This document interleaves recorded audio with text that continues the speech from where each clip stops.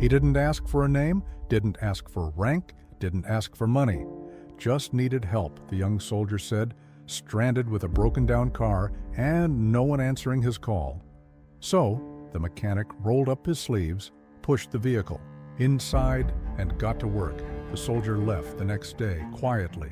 But 3 days later, military trucks surrounded the shop without saying a word. Who sent them? Why had they come back?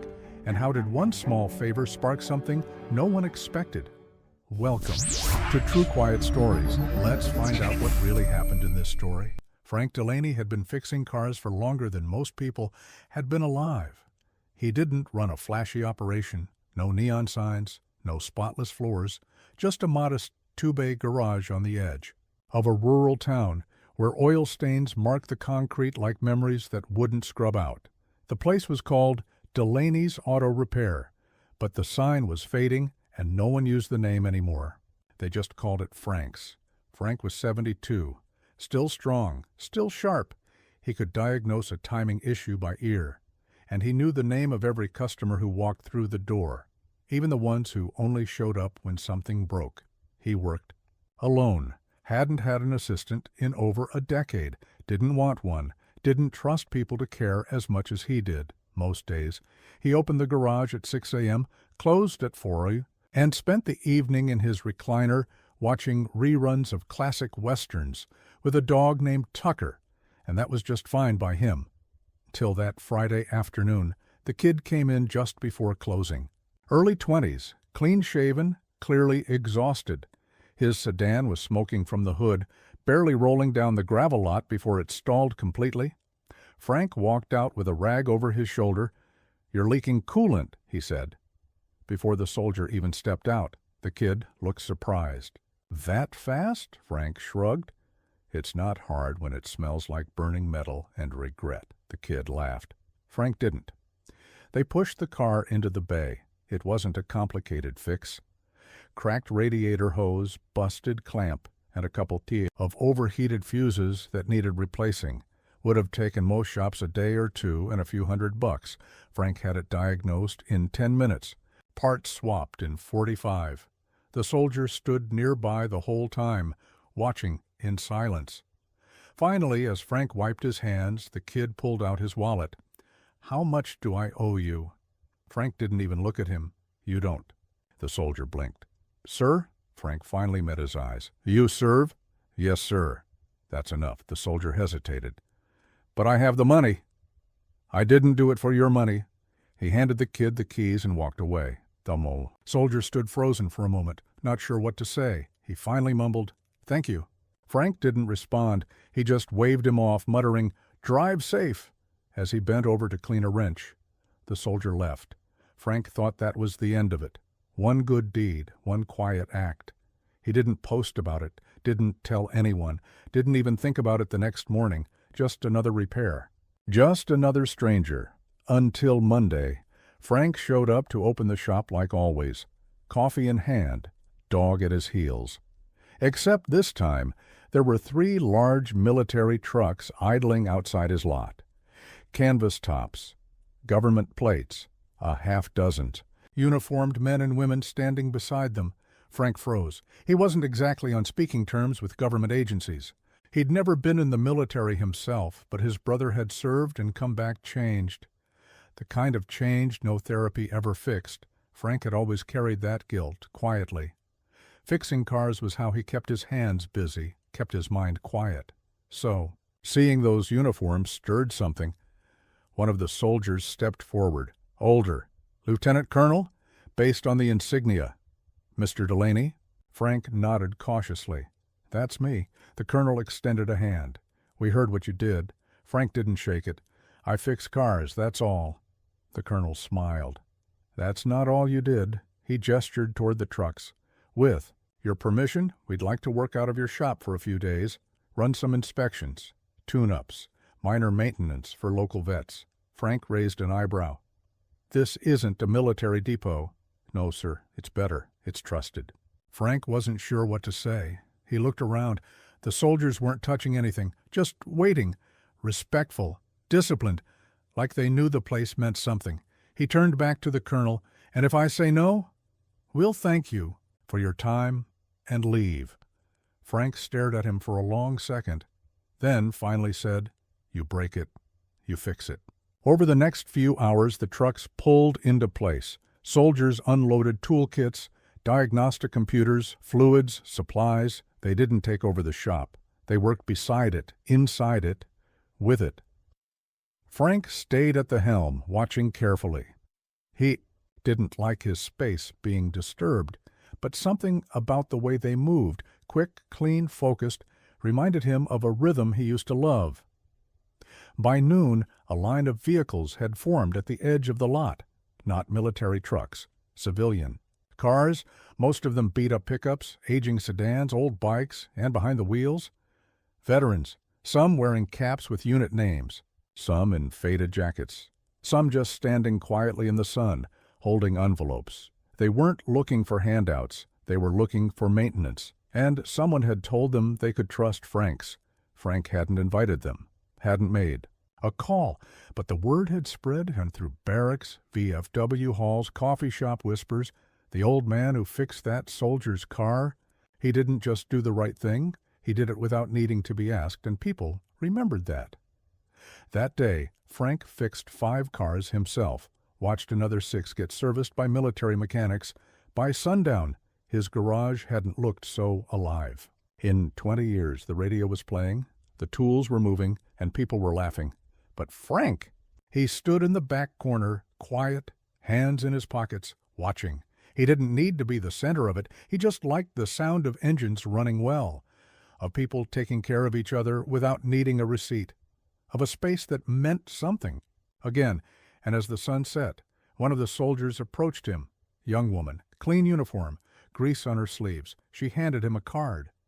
"From all of us," she said. Frank took it, opened it, and found only one thing written inside: for fixing more than engines. Frank wasn't used to noise in his shop. He liked the quiet hum of tools, the steady clink of sockets hitting trays, the occasional bark from Tucker when the mailman came by. But that Monday? It was different. For the first time in years, his shop felt alive, not chaotic, not loud, just full. By noon, the line of vehicles stretched down the gravel road, not military anymore. Civilians, beaters, work trucks, old sedans held together by duct tape and willpower, and behind the wheels, veterans. They didn't ask for discounts. They didn't ask to cut the line. They just waited, some with hats on their laps, some with photos taped to the dashboards, some in silence, others in stories. Frank stood near the entrance, arms folded, brow furrowed. He wasn't sure how word had spread. He hadn't told anyone, but someone had. Inside, the military mechanics were working efficiently. They didn't touch Frank's tools without asking, didn't move his setup. They adapted to his space, not the other way around. He liked that more than he thought he would. A young soldier named Rivera came over and handed him a clipboard. "We've logged 8 vehicles this morning. 3 more up next. You want to take the old Ford?" Frank nodded. "She's got carb issues. I can hear it from here." Rivera grinned. Thought so. They fell into rhythm, the kind of rhythm Frank hadn't felt since he was 35, with 2 employees, full days booked, and a waiting list down the block. Except this time, it wasn't for profit. It was for something that felt bigger. By the end of the day, they'd fixed over a dozen cars. No one asked for money. No one mentioned the soldier Frank had helped. But each person who pulled up looked him in the eyes when they left, and that was enough. That night, Frank sat in his recliner, dog at his feet, coffee cooling on the side table. He stared at the wall, not watching the TV, just thinking, not about the trucks, not about the soldiers, not even about the engines, but about the look on that young man's face when he'd driven off 3 days earlier. It wasn't gratitude. It wasn't pride. It was relief, the kind that comes when someone's finally treated like a person again, not a burden, not a uniform, just seen. The trucks came back the next day, this time with veteran volunteers, guys in their 50s, 60s, 70s, men with stories in their eyes and scars on their hands. They didn't need instructions. They just picked up rags, rolled under trucks, and started fixing. Someone brought a barbecue grill. Someone else brought a cooler full of water. A woman showed up with a stack of handwritten thank you notes from a local middle school. Frank didn't know where to stand. He wasn't used to crowds. He wasn't used to attention. So he did what he always did. He found a vehicle that needed help and went to work. One of the soldiers, a corporal named Jensen, approached him near the tire rack. "Sir, you mind if we hang something?" Frank looked up. "Like what?" Jensen pulled out a metal sign, freshly painted. It read, "Operation Stand Tall Community Veteran Auto Project, in honor of those who still show up." Frank raised an eyebrow. "Bit much, isn't it?" Jensen smiled. "Maybe, but it's what you started." Frank stared at the sign, then nodded once. "Put it somewhere the wind won't knock it down." The story hit the local news that week. Not front page, not national. Just a small feature on the community section. Retired mechanic inspires, wave of veteran support through free repairs. The headline didn't sit right with Frank. He hadn't asked for attention. He hadn't built anything. He'd just turned a wrench. But by Thursday, veterans were coming from other towns. Some brought letters, some brought photos. One man, Vietnam vet, silver beard, slow walk, brought his brother's Purple Heart in a frame. Said he wanted it to hang in the shop. Frank refused until the wall. Man looked him in the eye and said, "You're the first one who's made this place feel like home." The Purple Heart went on the wall, right above the pegboard with Frank's oldest wrenches. He dusted it every morning. That Friday, a group of high schoolers from the local trade program came by. They asked if they could observe. Frank agreed, reluctantly, but within 10 minutes, he was showing them how to identify a bad alternator just by listening to the engine tone. They were taking notes, wide-eyed, asking questions. For the first time in years, Frank found himself teaching again, and he liked it. That night, he sat on the hood of an old pickup out back sipping coffee under the stars. Tucker was asleep beside him. The garage was quiet. The air smelled like grease, grass, and grilled burgers. He looked at the lot. It wasn't empty anymore. There was life again, movement, meaning, and he didn't feel tired. The trucks didn't come back the following week, not because the mission was over, but because they didn't need to. The community had taken over. People brought their own tools. Vets taught younger mechanics. Neighbors donated parts. Kids swept the floors and wiped windshields. Frank kept doing what he always had. He showed up. He worked. He kept it running. But now he wasn't alone. One afternoon, a young soldier pulled into the lot. Same uniform as the kid Frank had helped weeks ago, but this time it wasn't for repairs. The soldier stepped out, saluted sharply, and handed Frank a folded letter. No words, just a nod. Then he turned and walked away. Frank unfolded the letter. Slowly it read, "You didn't just fix my car. You reminded me that I mattered. I told my CO. They told others. Now they're all telling someone. One turn of the wrench. That's all it took. Thank you." Frank read it twice, then folded it neatly and placed it in the old cigar box under the counter, the one where he kept things worth remembering. That night he turned off the lights, closed the bay doors, and, for the first time in a long time, he stood in the middle of the shop and smiled. Word kept spreading. Not fast, not loud, but like all stories worth telling, it found its way. Through conversations at diners, through hushed voices in waiting rooms, through posts on veteran message boards with titles like, "They're still good out there." Look up Frank. Frank didn't own a computer. He didn't have a smartphone. If someone asked for Wi-Fi, he'd point to a handwritten sign on the counter that read, "You're here." Be here? Still, the world reached him. By early fall, the lot in front of Frank's shop had been repaved, not by the city, but by volunteers who pooled together donations and labor. They didn't ask for permission. They just showed up on a Saturday morning with shovels, rollers, and hot mix. Frank opened the door to find 12 people working before sunrise. He tried to wave them off. They wouldn't leave, so he made them coffee. By mid-October, a group of retired Marines offered to repaint the inside of the garage. They added fresh lines on the floor. They restored the faded pegboards. They built new wooden benches for visitors who came just to talk. Frank didn't recognize half of them, but each one knew him, knew what he'd done and what he'd refused to take credit for. A younger man came by one morning, quiet, respectful. Said he was a filmmaker from the city. He asked if he could do a short documentary on the story. Frank's answer was simple. No cameras, just come help if you want. The man stayed, changed tires, took out the trash, never brought his equipment. Evening, just before closing, a woman in a black SUV pulled up. She stepped out, holding a brown envelope, middle-aged, military posture. Eyes sharp but tired. "Are you Mr. Delaney?" Frank nodded. "That's me." She handed him the envelope. Inside was a certificate, embossed with gold trim and an official seal. Department of the Army, Certificate of Appreciation.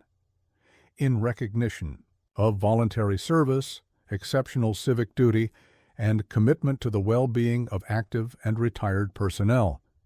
Frank stopped reading. He looked up. "What's this for?" The woman smiled. "You're what people talk about when they say, thank you for your service, even if you never wore a uniform." Frank looked down at the certificate, then folded it gently and placed it behind the counter. The next day, he didn't mention it to anyone, but the people around him started noticing something different.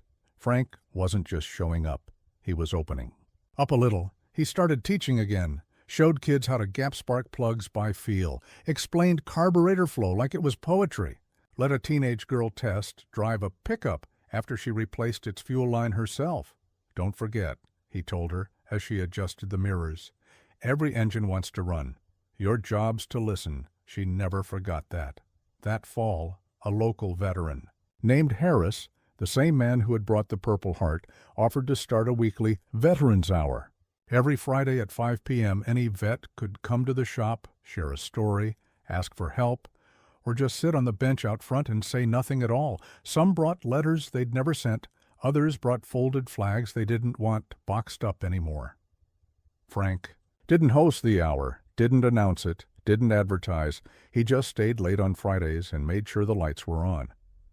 Soon after, a former Air Force engineer brought an idea to Frank. "You ever think about expanding?" Frank laughed.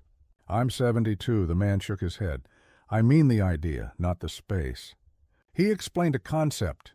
Teach young mechanics using veterans as mentors. Offer free repairs to low-income vets. Run on donations. No salaries, just heart. Frank listened. Didn't say much. Then finally, he nodded. "I won't run it, but I'll help build it." Over the next 6 months, they drafted a plan. Stand Tall Garage Initiative, a nonprofit. Veteran-led, community-supported. Frank approved. It wouldn't replace his shop. It would grow from it. The story finally reached a major veteran news outlet. Headline: "The Mechanic Who Fixed a Car and Sparked a Movement." Frank wasn't fond of it, but the outreach poured in. Part suppliers offered free stock. Tool companies sent equipment. A local dealership offered to donate 3 service bays. Frank still opened his garage every morning, still fixed cars, still refused tips. But the movement had taken root, and it carried his fingerprints. Then winter came. A brutal cold snap rolled through the county. Pipes froze, power lines snapped, and cars broke down faster than ever. Frank's shop stayed open through all of it. A propane heater in the corner. Steam from coffee mugs drifting like breath. Hands cold, eyes clear. That week alone, they repaired over 30 vehicles. Some brought cookies. Some brought thank you notes. One man just stood at the entrance for 20 minutes before whispering, "You fixed the last thing I had left of my brother. I don't have words for that." Frank patted him on the shoulder, said nothing. Then one Friday, something different happened. Frank found a box outside his door, wrapped in brown paper. No return address. Inside, a worn service jacket. A photo of a young soldier beside a tank. And a single note. He always believed good men fix more than machines. JLC Frank placed the jacket on a hanger near the Purple Heart, set the photo on the workbench, tucked beneath the calendar, didn't tell anyone. He didn't need to, because people could feel it. The shop wasn't just a garage anymore.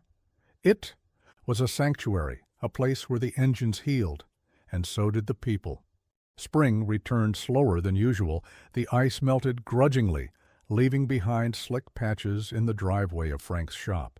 The old gutter still leaked when it rained, and the garage heater coughed louder than a rusted tailpipe. But Frank, he showed up every day, still opened the bay doors before sunrise, still checked the pressure on the old compressor, still fed Tucker, scratched his ears, and swept the floor, even if it didn't need it, because places like his don't run on business hours. They run on consistency, and Frank had built his whole life on that. By April, the shop was operating like a machine in its own right. Every Tuesday, veterans came in pairs. Every Thursday, high schoolers rotated through their learning slots. Every Friday, the Veterans Hour had turned into something more, therapy in overalls. There was no waiting list, no digital queue, just people who knew if you showed up, you'd be taken care of. No rank, no politics, just service. The nonprofit officially launched that spring.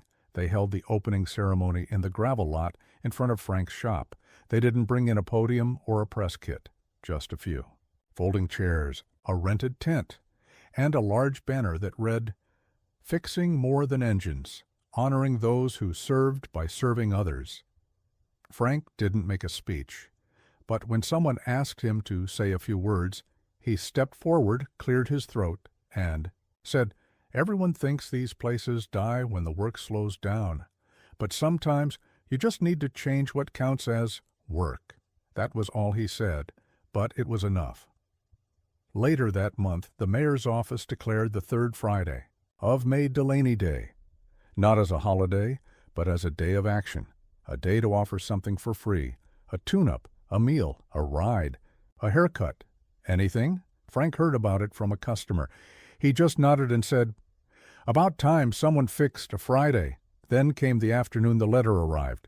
Official envelope, government seal. No return address. Inside was a certificate. Presidential Volunteer Service Award in recognition of lifelong commitment to service and impact on the veteran community. And tucked behind it, a small card with 5 words, handwritten. You didn't have to. You did. Frank looked at the paper for a while, then folded it, placed it next to the Purple Heart, and said nothing.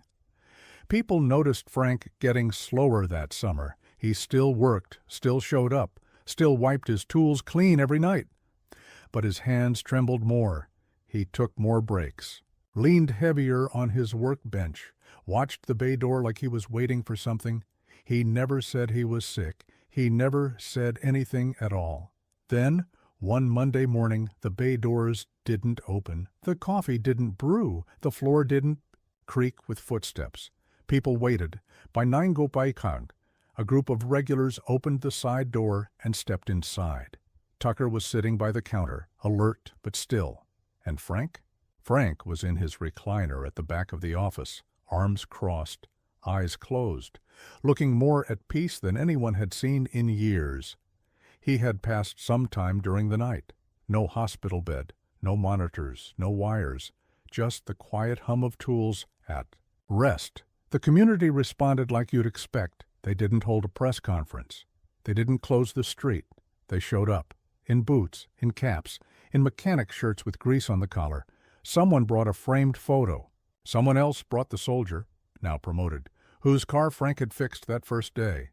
He stood in front of the shop, saluted once, and cried without shame. They didn't need a funeral home. They had the garage. That week they held a tribute, no speeches, just letters, each one read aloud by a different person whose life Frank had touched. He showed me how to listen to an engine and a person. He reminded me that service doesn't end with discharge. He gave me a reason to come back the next week. He taught me how to fix my dad's truck and my own anger. The final letter was left unsigned. No envelope, just a slip of paper on the tool bench. This shop didn't heal me. You did. They didn't close the garage. No one even suggested. Instead, they renamed it Delaney & Co. The Co. didn't stand for company. It stood for community. Veterans kept fixing cars. Kids kept learning. Strangers kept leaving stronger than they arrived. And Tucker stayed. New family. Same routine. Every morning he sat by the bay door, tail still, as if waiting for Frank to arrive. On the anniversary of Frank's passing, they installed a bronze statue near the entrance. It wasn't grand, just life-size. Frank, holding a wrench in one hand and a cup of coffee in the other. The plaque below it read, "He didn't ask, he just helped." Dedicated to Frank Delaney, the man who showed us that some tools fix more than machines. That night, someone placed a small mechanic's rag at the base of the statue, folded neatly, clean, unused, and taped to it was a note. Keep showing up. He always did. If this story moved you, subscribe to the channel, like the video, and share in the comments a story that deserves to be heard. And don't forget to turn on the notification bell. We post powerful news stories here every single day, because in a world full of noise, quiet actions still speak the loudest.